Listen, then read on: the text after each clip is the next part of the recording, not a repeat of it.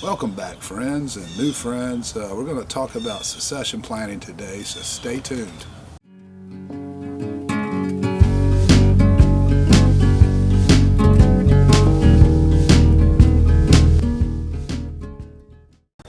Real quick, first, sun, water, nutrition. Your soil, for this example, you don't have to worry about because in the plantings, the pH requirements are the same. But you do want to assess your beds, the sun in particular, because cool season crops can do with less sun than a warm season crop. So when you plant it, you want to make sure you consider how much sun the warm season crop's going to need. And then for water, of course, you need to assess how difficult it's going to be to keep that soil wet if you run into a drought situation.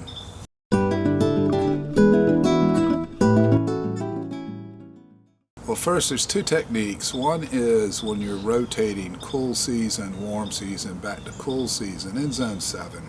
I know the further north you get, you pretty much have to grow everything at once. But in 6, 7, and 8, 9, etc., you can do this succession planting by season. The reason you want to do that for small space gardeners is you're going to maximize your produce out of that square foot, whatever you have. Just in general, you should get a pound and a half square foot off of one thing. So if you're succession planting, see, you could increase that total poundage for the year. The second technique is to succession plant the same thing, right? So one is different vegetables over 3 seasons. The other one is the same vegetable within the same season, right? And so that technique will allow you not so much to maximize space, but to control the timing when things come in. For example, like a radish, if you planted all the radish all at once, it's all going to come in at all at once. So, you'd have to store it, obviously, but fresh is best, so you could just stagger the planting so that they're not all ready at the same time. And related to the beds, you need to know where things are going to go. So after you get your plan, you really want to measure out distance. You can use sticks and stones. You can use sticks and stones, just like here we go, every 4, every 6 inches, whatever.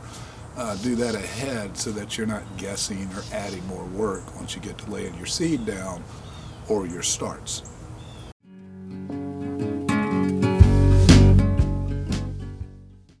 So first, let's talk about cool season, warm season, cool season. I'm going to give you 3 examples.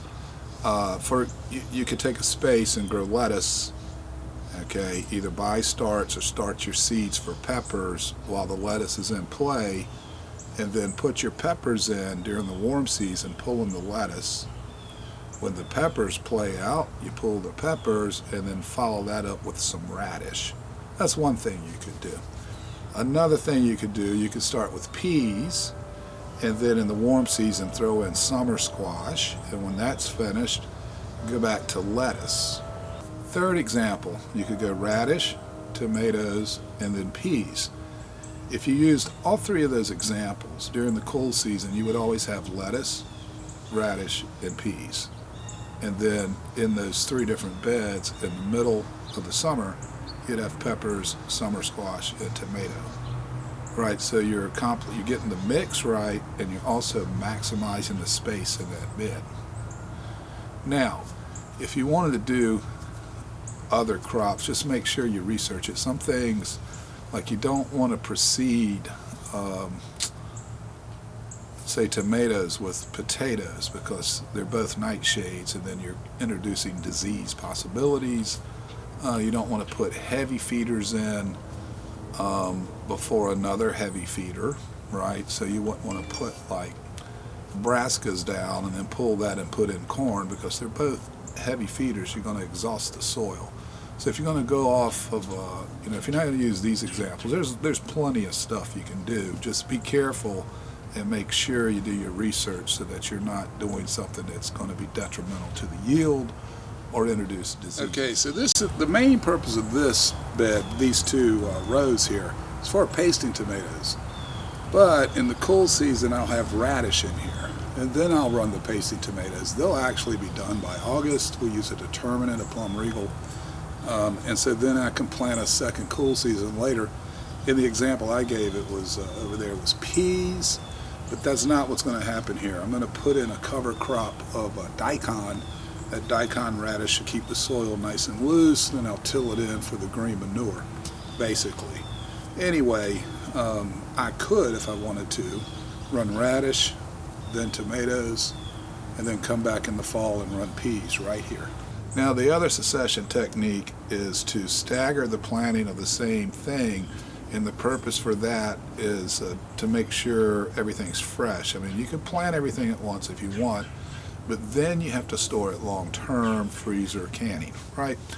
But if you stagger it, then you're just pulling what you need when you need it, and that way you have a supply on hand as you go through that season.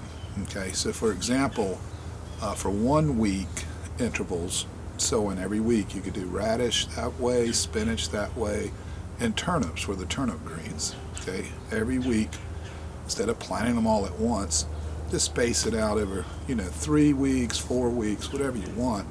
But once a week, sow some, then sow more in the second week, and then more in the third week. And you can also do that for 2 week intervals, beets, carrots, corn, beans, things like that. The same thing with the corn. If you plant it all at once, then you're going to be harvesting all at once. Of course, if that's your goal, then to put up corn, then you could do that. But if you don't want to put up corn, you just want to use it as it comes in, well, don't plant it all at the same time. Stagger it every 2 weeks. And the same thing with beans. Instead of planting your entire bean patch at the same time, just stagger it. Plant, then plant 2 weeks later, and then maybe again another 2 weeks later. And for 3 weeks, you could do collards, cucumbers, melons, cucurbits, and even kale. Cucumbers are interesting. You can get overwhelmed, but if your objective is to store, you might want to plant them all at the same time, so they all come in, you do your thing, pull them. And then you're doing that rotation thing. You pull those and put in a cool season. But if you're smaller, you just want fresh cucumbers as you go through the season, plant one, wait 3 weeks, plant another one, wait 3 weeks, plant another one. It's really the smarter way to do it. If you're looking for fresh is best and you're not wanting to store so much, then really you should be looking at staggering your plantings. Now this will be a cool season bed. Later I'll add peppers and take it back to cool season.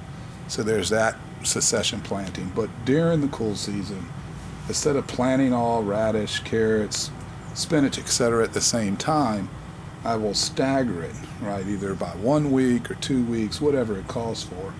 So that way it's fresh. And then when we're getting time to plant the peppers, we pull it, slap the peppers in. When the peppers are finished, we harvest our peppers, pull that out, and go back to cool season. In the back there, I'll do the same thing, but I might, instead of adding peppers in the back side, I might actually add summer squash. Well, if you're new here, please consider subscribing and drop your comments down there. We answer everything. We're not a big channel, so we will see whatever you post. 3, 2, 1. Peace, y'all.